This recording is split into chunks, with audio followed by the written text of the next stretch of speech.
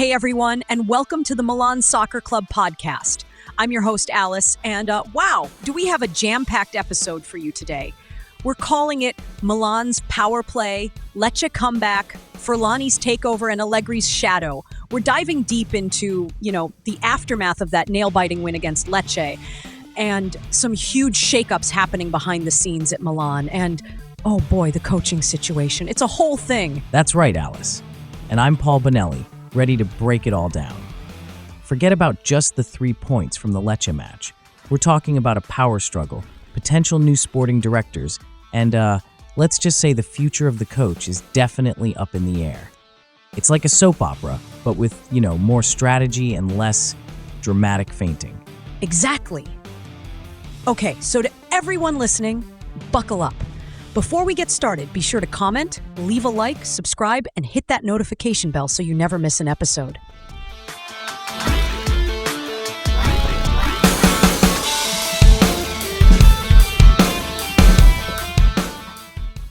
Paul, give us the quick rundown. What are the big headlines we're tackling today? All right, so first we have Giorgio Furlani, the CEO, seemingly winning a power struggle, kind of sidelining Cardinale and even Ibrahimovic in terms of sporting decisions. Then we're looking at 4 potential sporting directors with some very interesting names in the mix. We'll dissect Milan's 3-2 victory against Lecce, focusing on the controversial decision to bench Leao and the impact he had when he finally came on. And finally, we'll talk about growing rumors about Allegri potentially taking over next season, plus some looming issues with the team's performance and the challenges ahead, including possible player transfers. It's a lot, Alice. A lot is an understatement. Okay, let's dive right into this power struggle because, that sounds juicy.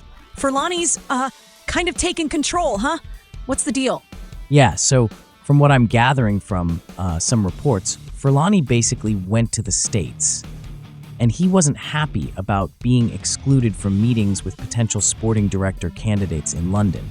Apparently, Cardinale and Ibra were, having these talks, and Furlani felt left out. So he basically demanded, or as one report says, imposed his authority over sporting decisions. And it seems like Elliot, still pulling some strings behind the scenes via Furlani, backed him up. This is a big deal. Wow, so Cardinale and Ibra were trying to sideline him. What does this say about the dynamic within the club? Is it just pure politics at this point? It definitely feels like there's some internal conflict, It's like Cardinale, the owner, wants to bring in his guys, Ibra, with his influence, but Furlani, with Elliot's backing, is saying, nah, I'm still in charge. It paints a picture of a club with, as one source put it, 2 souls, but one is definitely dominating. And that dominant one is Furlani. And Alice, that is concerning, right? Concerning is putting it mildly. A CEO with no sporting expertise, calling the shots on football decisions, that sounds like a recipe for disaster. So what's Elliot's angle here? Are they trying to regain full control or something? That's the million-dollar question, isn't it? It's hard to say definitively. Some people are speculating that Elliot might be positioning themselves for a potential return, maybe buying the club back from RedBird down the line. Others think they just want to maintain some influence to protect their investment. But either way, it's clear Furlani is their guy. And I think one source even joked that Furlani is laughing because he won the power struggle, not the Lecce match. Ouch. Ouch, indeed. So if Furlani's in charge of picking the sporting director, who's on his short list? And what does this mean for the future of the team's strategy? Okay, so we have 4 names in the mix. First, there's Paratici, who is supposedly Furlani's top choice. Then there's Iglitare, who is Cardinale's preference. We also have Thiago Scuro from AS Monaco and the sporting director from Eintracht Frankfurt. Now, Berta was also considered, but he's confirmed to be joining Arsenal. Paratici. Isn't he the guy who was suspended for financial irregularities at Juventus? That's a bold move for Furlani. Yeah, that's the one. It's definitely a controversial choice, and it shows that Furlani is willing to take risks, go with someone he trusts despite the baggage. Tare, on the other hand, is a more established name, known for his work at Lazio. Scuro and the Frankfurt guy are, interesting options with experience at other European clubs.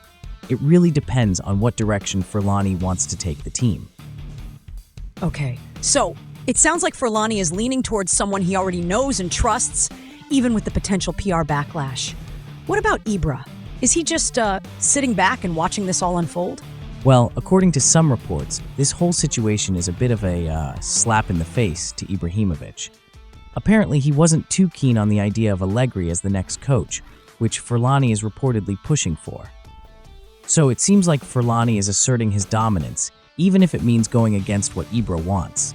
It's like, you tried to push me out, now I'll show you who's boss. The plot thickens.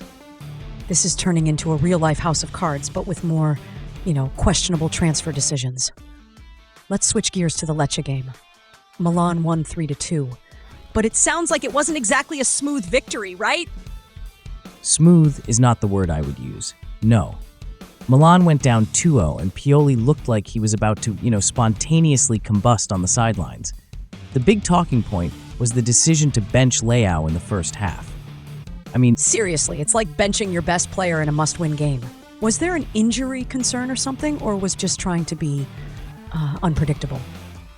No injury was reported, so it seems like it was a tactical decision. But it backfired spectacularly.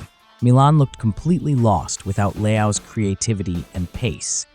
As one article put it, inexplicably missing Leao. The team only started playing when he came on. So it's the classic case of you don't know what you've got till it's gone.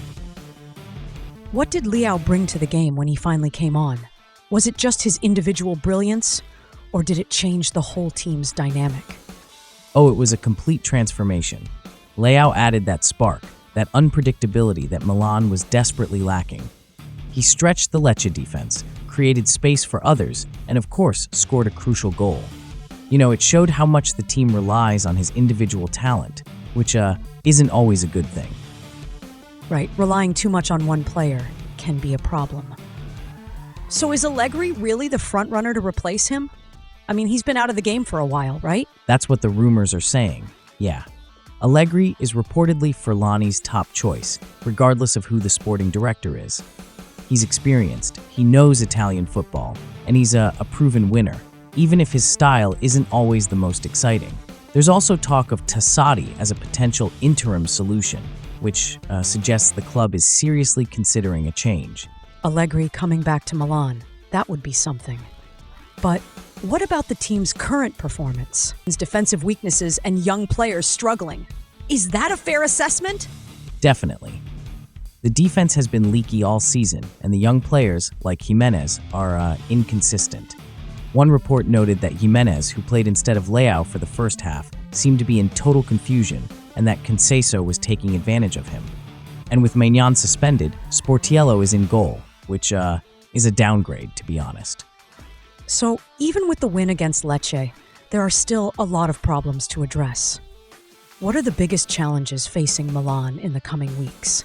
Well, first, there's the Coppa Italia semifinal against Inter. It is going to be a hard match, given that the report also mentioned that on paper is written in favor of Inter.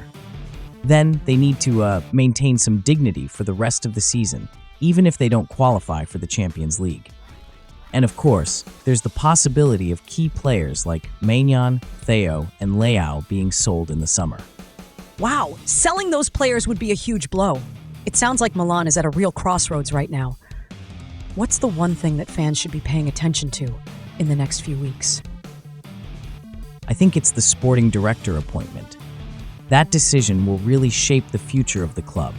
Will Furlani go with a safe choice like Terre, or will he take a risk with someone like Paratici? That will tell us a lot about Elliot's vision for Milan. All right, Paul. Thanks for breaking down all the drama and intrigue.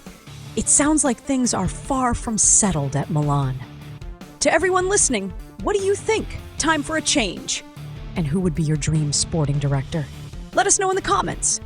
Thanks for tuning in to the Milan Soccer Club podcast. Until next time. Ciao, everyone.